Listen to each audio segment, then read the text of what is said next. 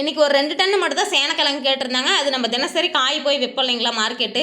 தமிழ்நாட்டிலே பெரிய மார்க்கெட்டுன்னு சொல்லுவாங்க. அந்த மார்க்கெட்டை தாண்டி போய் தான் நம்ம ஒருத்தவங்க காட்டில் போய் வெட்டுறதுன்னு சொல்லியிருந்தாங்க. அங்கே ஒரு 2 டன்னு மட்டும் கேட்டிருந்தாங்க. அதனால் வந்து ஒரு 9 மணிக்கு மேலே போனால் போதும். காலையில் நேரத்துலலாம் மார்க்கெட் சைடு போகவே முடியாது. செம்ம கூட்டமாக இருக்குங்க. அதுக்கு மேலே தான் போக முடியும். ஒரு 9 மணிக்கு மேலே போய் கிழங்கெல்லாம் வெட்டி ஏற்றி விட்டுட்டு, இது என்ன மரமாக இருக்குன்னு சொல்லி என் மைண்டில் ஓடிக்கிட்டே இருந்துச்சு. பச்சை கலரில் பூவாக இருக்குது. இது என்ன மரமாக இருக்குன்னு போய் பார்த்தா, இதுதான் ஆடாத்தோடா மரமா. இந்த இலையை அரைச்சி கசாயம் வச்சு குடிக்கலாம்னு சொல்லியிருந்தாங்க. நான் இன்றைக்கி தான் ஃபஸ்ட் டைமே பார்க்குறேன். இதில் நான் எங்கே போய் கசாயம் வச்சு குடிக்கிறது? எதுவுமே தெரியாமல் நம்ம எதுவுமே தப்பாக போய் பண்ணக்கூடாதுன்னு நான் பண்ணல. இந்த மரத்தோட பூ வெள்ளை கலரில் பர்பிள் கலரில் வரி வரியாக இருக்குன்னு சொல்லியிருந்தாங்க. இந்த மரம் கண்டிப்பாக எல்லாருக்கும் தெரிஞ்சிருக்கும். இந்த காய் வந்து கும்பாபிஷேகங்கள்லாம் தோரணமாக கட்டி தொங்க விட்டுருப்பாங்க.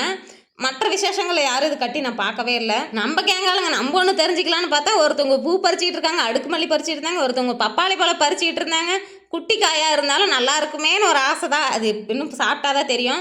நம்மளுக்கு கையே கத்தி அப்படின்னு அந்த ரேஞ்சில் கட்டை வெட்டி க்ளீனாக கழுவி அதிலே அரிஞ்செல்லாம் சாப்பிட்டுட்டு இருந்தோம். பப்பாளி பழம் பாருங்கள், பியூர் ஆரஞ்சு கலரில் இருந்தது. பார்க்க பார்க்க ஆசையாக இருந்தது. ஒரு விதையை கூட காணும். சின்ன பழம் இல்லைங்களா, ஆனால் டேஸ்ட்டாக இருக்குமா என்னமோன்னு டவுட்டாக இருந்தது. செம்ம டேஸ்ட்டு.